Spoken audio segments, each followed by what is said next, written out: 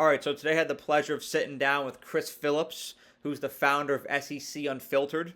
SEC Unfiltered is a sports media brand that covers all things SEC: football, basketball, baseball, Alabama, Auburn, Florida, Georgia, Tennessee, Ole Miss, you name it. SEC Unfiltered covers it. In this interview, Chris goes into depth about how he conceived the idea for SEC Unfiltered and how he made the transition from his job in corporate America to becoming a full-time entrepreneur. It's a fascinating conversation. And if you have any interest in pursuing entrepreneurship or a career in the sports media industry, I highly recommend giving this conversation a watch. And I hope you enjoy this conversation as much as we enjoyed having it. All right, we're back with another episode of the Era with Brian Gregoire interview series. Today, I've got Chris Phillips, who's the founder and operator of SEC Unfiltered. I've been excited for this interview for a while because Chris is a real self-starter. His content is original, and he's doing what we all want to do, going to games, capturing content. So I want to learn more about your path to getting there, Chris, and it's great to have you on here. Brian, it's a pleasure, man. I appreciate it. Always grateful for opportunities like this to talk about the journey and share any insight and wisdom that I can, and obviously just discuss it with you, man. Again, I appreciate you giving me the platform, and yeah, really excited to chat. Absolutely, let's do it. We're gonna unpack this thing. We're gonna unpack this story, and so I'll start with the most basic question there is: how did you come up with the idea for SEC Unfiltered? Yeah, so man, I got to take you back all the way to, I mean, gosh, we could start from the very, very beginning. I always had the idea. I was a consumer before I was a producer, right? So for the most tuned in, probably they realized that my initial venture was not SEC Unfiltered. It was the Spurs Up Show, which was a South Carolina Gamecocks entity. I was born and raised a South Carolina fan. And again, I was a consumer before I was a producer. So, when I was in high school and going into college, that's really when, and I'm going to date myself here, but that's when podcasts were really starting to kind of come into the fold and come into the mix. And I remember back in the early 2010s listening to podcasts and feeling like that was something I could do, but just didn't really have a concrete place to start, right? Which is where a lot of people struggle. But I always had an interest for it. I mean, I was a sports guy. I played collegiate sports, played college baseball. I remember being in middle school all the way back to that during writer's block when people were writing about whatever it was. Me and my buddies are writing about college football. Like I've always kind of had a knack for that. Was really good at English in college. I could BS my way through a paper and get a B plus. I was good with words. I was able to do that. I really liked social media when it first rolled out. So the interest was always there. I think that's really important to identify here, right? Like I was always curious about it, always was interested in it, loved talking sports, and felt like, again, I could do it. I mean, these were conversations I was having with my buddies all the time. So just didn't really have the outlet to start.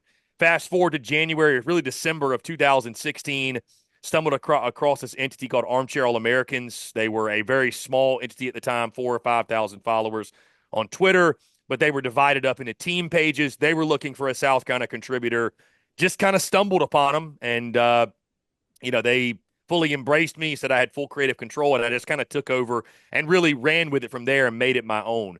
From there, obviously, we grew, we scaled.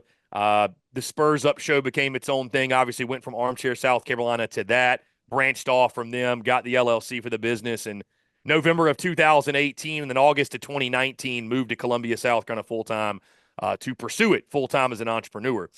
Now, amongst the midst of that, obviously, again, I was a fan of South Carolina and made South Carolina content, and we grew and had a lot of successes, but always had entrepreneurial goals, Brian, from the standpoint of it. This is where SEC Unfiltered comes into play. I always knew in the back of my mind, right, that I didn't really want to believe there was a ceiling covering one team, but I think I knew. And I knew that to really scale and to grow and to reach some of the entrepreneurial goals that, we all have them, right? If you start an entrepreneurship and you sacrifice and you work your tail off, you want to, you want to have the most success. You want to make the most money. You want to have the most freedom and be the happiest, if you will, which is what those things give you. I knew that scaling outside of where I currently was the path to that. And so I kind of started, the wheels started turning very, very early, years before SEC Unfiltered ever officially launched. What people don't realize, Brian, is it actually kind of soft launched in 2022. So the idea, I don't even remember where the name SEC Unfiltered came out. It was just kind of one of those light bulb things, very simple to the point. But May of 2022, I actually launched the page on social media as a separate entity from the Spurs Up Show. So I had in my mind, right, I'm going to do two separate things. I'll do the Spurs Up Show and SEC Unfiltered, and I'll just do it all myself. Well, Brian, I realized very quickly, I mean, I did not have time to do that, right? I mean, one entity takes up all of your time, trying to split in between two, and I felt like I was kind of taking momentum away from what I was already doing. So I shelved that, but the seed was planted. The idea was there. I knew that was something down the road at some point I would want to execute on. And, you fast forward to 2023, Brian, that was really a year of evolution for me. I mean, again, we had a lot of successes in my previous venture, from content to merchandise to events to go into games to what have you. But the 2023 calendar year, it was a year of growth for me. It was a year of evolution and I really love the way it played out, Brian, because I always wanted it to be something, and everything that's happened in my entrepreneurial career, I haven't forced anything. I really believe in, the universe guides you and manifestation, and everything happens as it's supposed to. And it just kind of felt like I was almost pushed in that direction. I was leaning more into SEC content. Our entity was growing outside of just the South Carolina fan base, even being a South Carolina entity at the time. And uh, into that 2023 football season, Brian, I just knew it was time. I knew I was like, that was my last South Carolina football season, being exclusively a South Carolina content creator. I was ready for more as an entrepreneur. Getting older, I was just yearning for more and wanted to expand and wanted to scale, and felt really, really confident in my abilities that, hey, if this can work for one team, why can't it work for 16? Right. So December 2023, December 27th, the official launching it. And again, there were things before this that happened. Got the LLC in November of 2023. People didn't realize that was happening in the meantime. But that 2023 calendar year was the year of evolution for me. And, we launched in December of 2023, like I mentioned, and it's the best decision I ever made, man. I mean, I'm having more fun. I'm more fulfilled. I'm happier, having more success than I've ever had before. So, I say all that to say, Brian, it wasn't a snap of the fingers overnight thing. It was always kind of this seed planted in the back of my mind. And I've always been open to evolution and scaling and growth. And I think you have to be, if you're going to be the most successful version of yourself, and obviously your business be the most successful version of itself. One of the things I'm most proud of, I've always been willing to take feedback, but learn, evolve, not feel like I'm right all the time. Be like, hey, be willing to look at things from different scopes and lenses, and be willing to change my mind. You know what I mean? I think it's a superpower. You can change your mind, you can evolve, you can pivot. And I'm grateful to say that, again, organically, it feels like those things unfolded. Obviously, a result of the hard work we put in. But a long-winded answer, Brian, to obviously say that, it was one of those things that, I had the idea in the back of my mind for quite a while. And I always say the joys in the journey, and I'm just glad the journey took us to this point. So, like I said, man, having more fun, more excited than ever been, and more fulfilled than I've ever been in my journey for sure.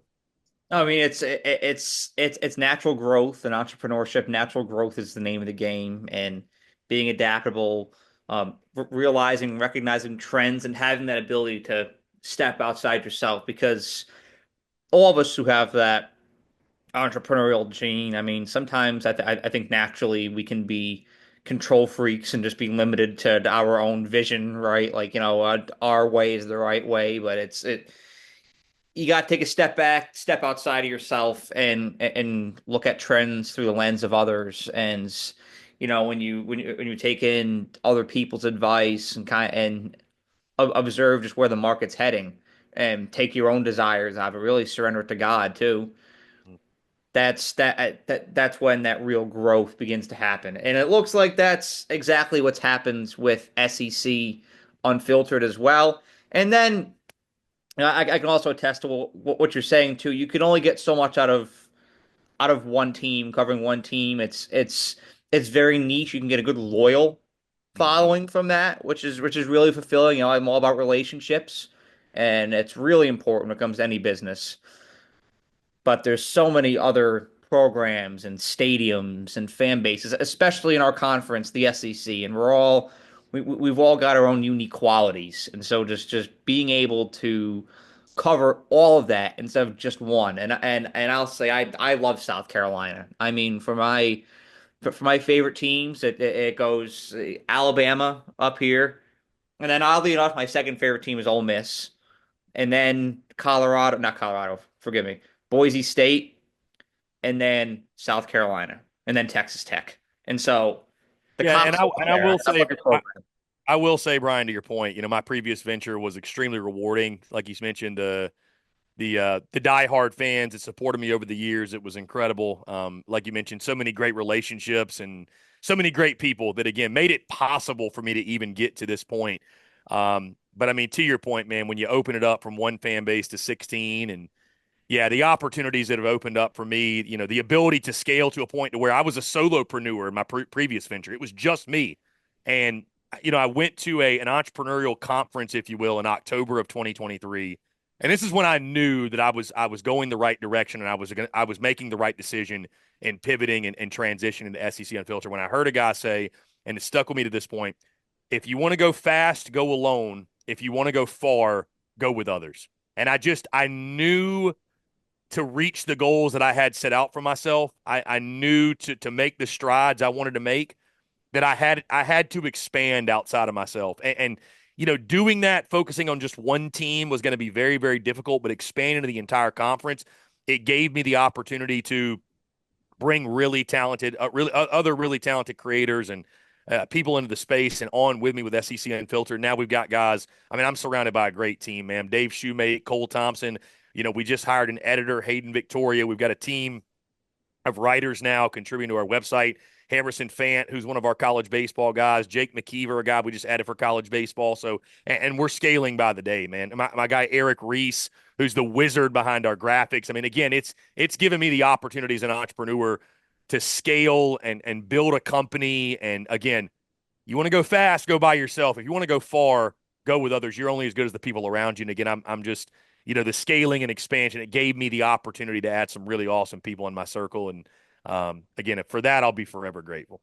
I'm gonna write that quote down when we're done here. If you want to go fast, go by yourself. If you want to go far, go with others. That's You're really only as good as the people around you, man. And I think that can apply to just normal life. It doesn't have to apply to entrepreneurship. I mean, it just goes to show no matter how skilled or talented you are or great you are at anything, you can only get so far by yourself.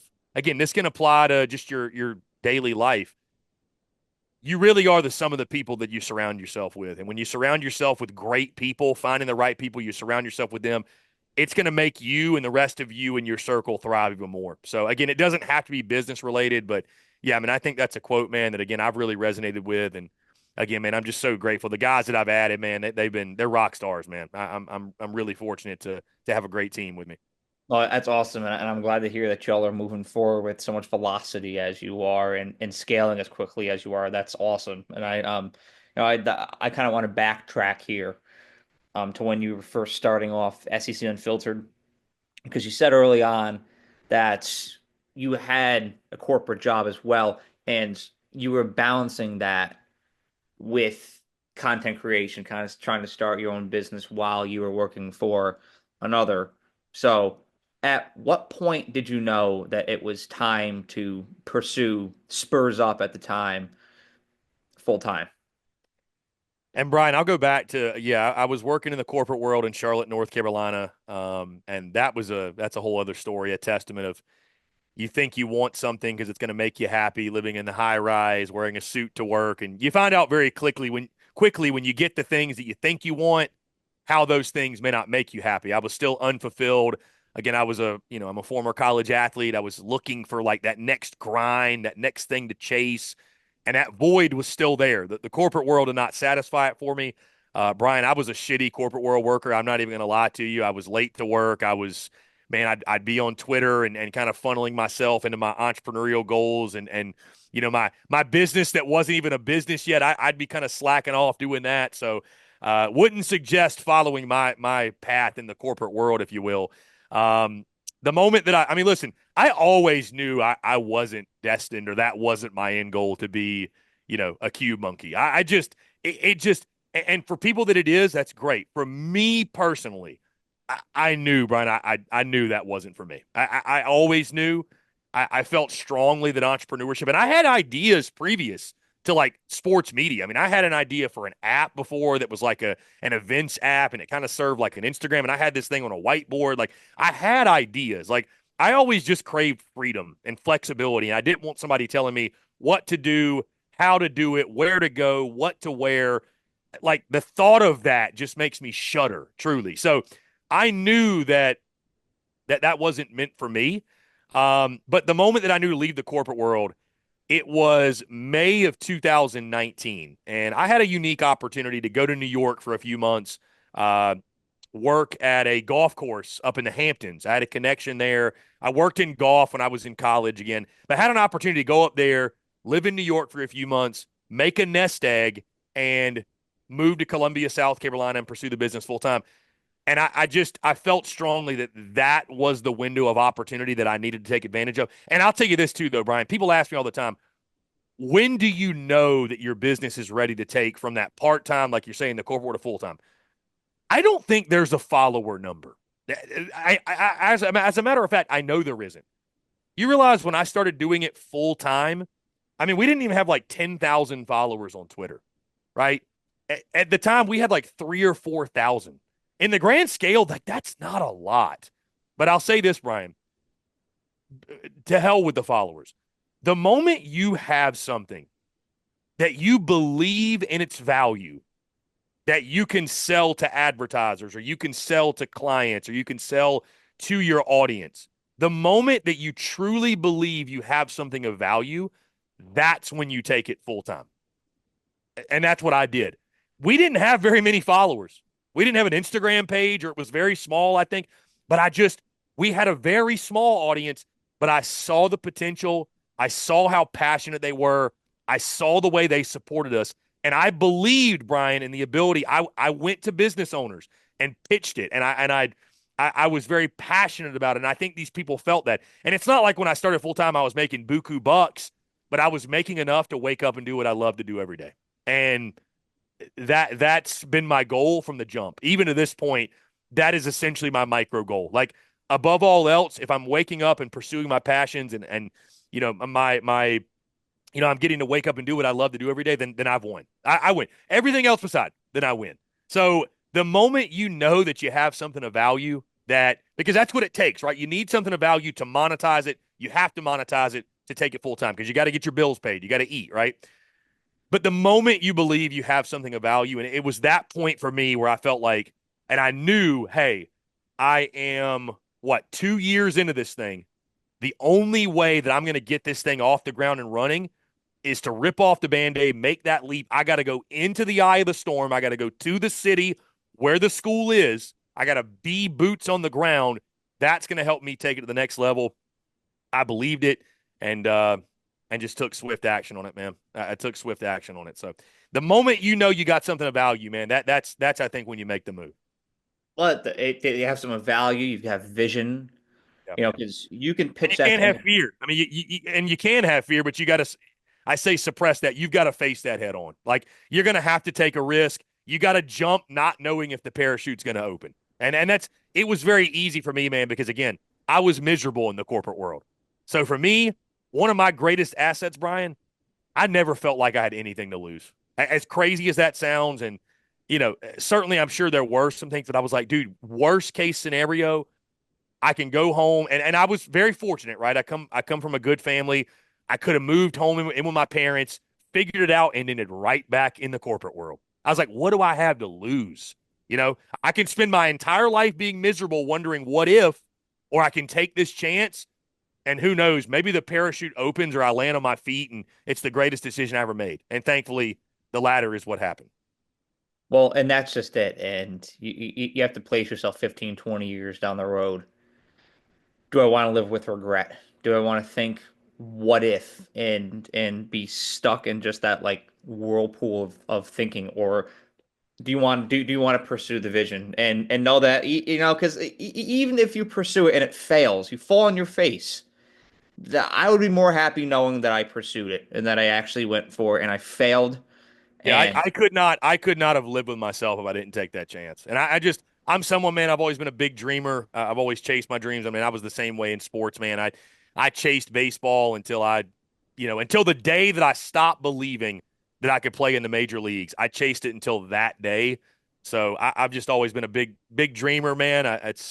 That's just how I'm wired. And again, thankfully I am that way because you've got to be Brian to a point of delirious. You have to have delirious belief that what you're doing and is going to happen, what you believe is going to happen, what you believe your destiny is, what you're meant to do, that it's meant to be. Like you ask anybody who's of high level success, they will tell you that. You have to have a delirious state of belief because everything in the world will tell you that it's not possible. Like, I mean, dude, to say I do a podcast for a job is way oversimplification. But a few years ago, that's what it was. I mean, I get paid to talk for a living. We get paid to talk about sports on like I still get questions. You do that full time? I mean, and I used to take it as like, well, what do you mean? Look at all the content. But it's a compliment because I mean, what we do is so rare. We're totally independent and doing it full time.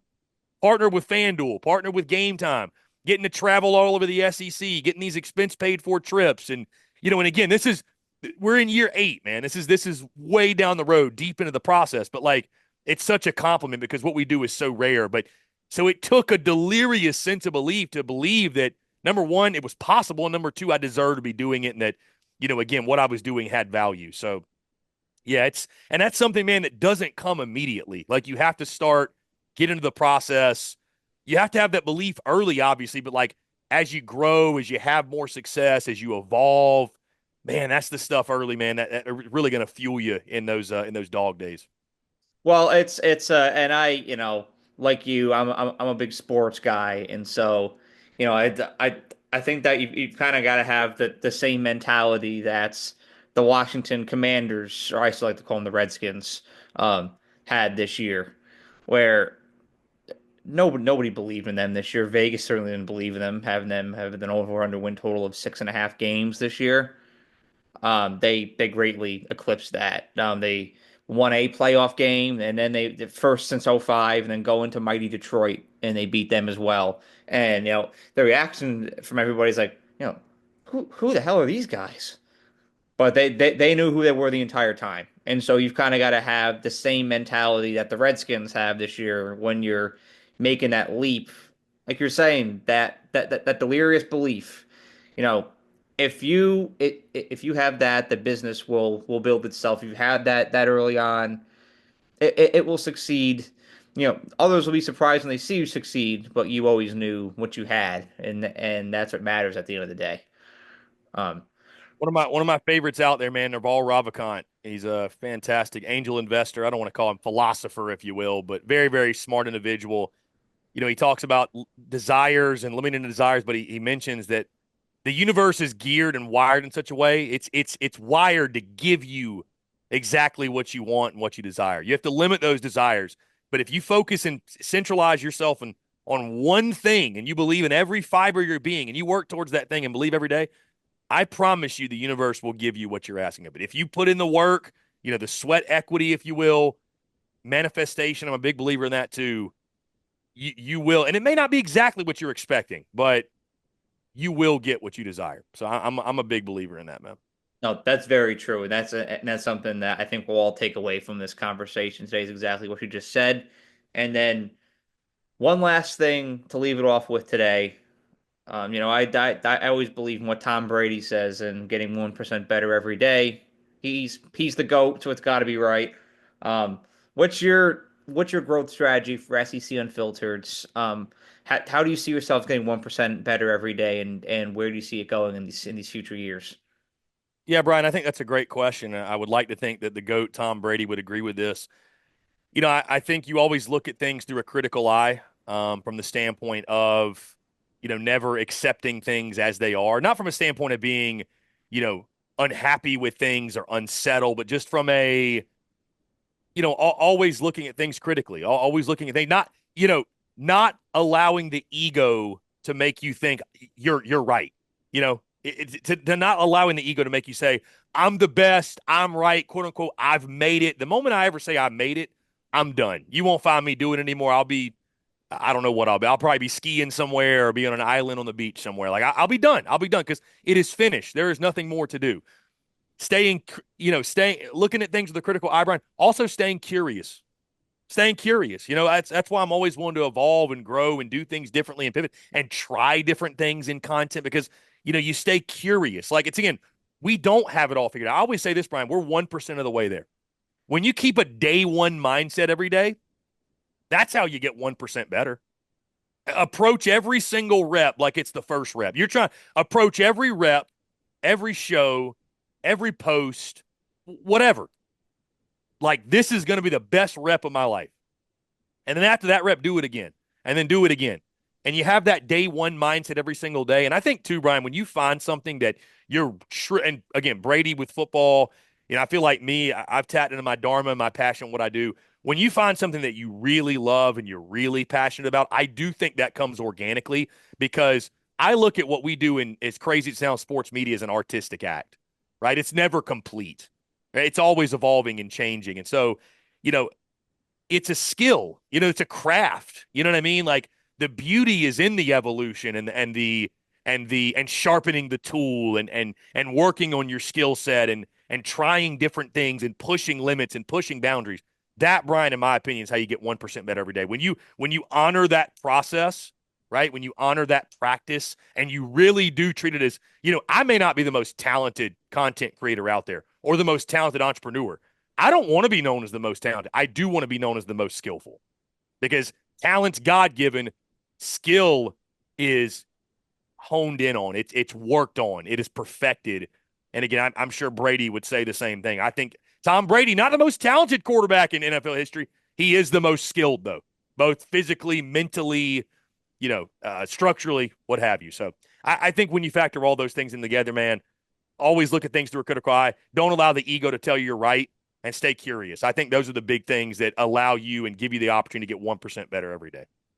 Well, thank you so much for sharing that, and I think that's a great vision for all of us who want to pursue our own ventures or are still working a job. Just having that mentality of always getting 1% better every day, and that skill is something that you craft.